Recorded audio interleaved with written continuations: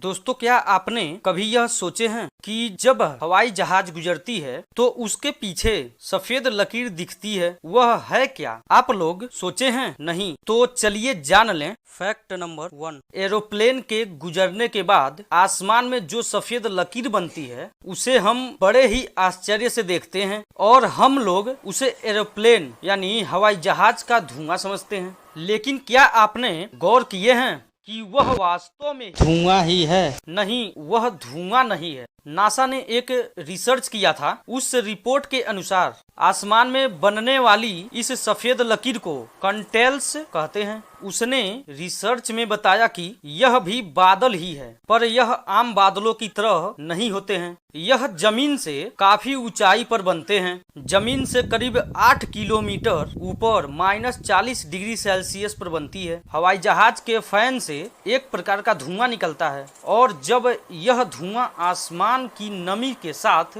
जम जाती है तो कंट्रेल्स बनते हैं। और आप लोग देखे होंगे कि जैसे ही एरोप्लेन आगे जाता है वैसे ही एक कंट्रेल्स भी कुछ समय बाद गायब हो जाते हैं। आप लोग जानते हैं कि हवाई जहाज के खिड़की में एक छोटा सा छिद्र होता है, लेकिन क्या आप लोगों ने यह कभी सोचा है कि यह क्यों होता है? फैक्ट नंबर 2, हवाई जहाज जमीन से हजारों फीट ऊपर उड़ता है। ऊपर ऑक्सीजन और हवा का दबाव बेहद कम होता है, इसलिए प्लेन की खिड़कियों को खास तरह से डिजाइन किया जाता है। यह छिद्र यात्रियों के सुरक्षा के लिए होता है। अगर यह नहीं होता तो यात्रियों की जान का खतरा हो सकता है। जब प्लेन 33,000 फीट से 40,000 फीट तक की ऊंचाई पर उड़ता है तो उस वक्त हवाई जहाज के बाहर हवा का दबाव काफी कम हो जाता है, लेकिन प्लेन के अंदर का दबाव यात्रियों के लिए ज्यादा किया जाता है, जिससे उसके अंदर के लोग सांस ले सकें। कांच नहीं टूटे इसलिए प्लेन की खिड़की पर 3 परत के कांच लगाए जाते हैं।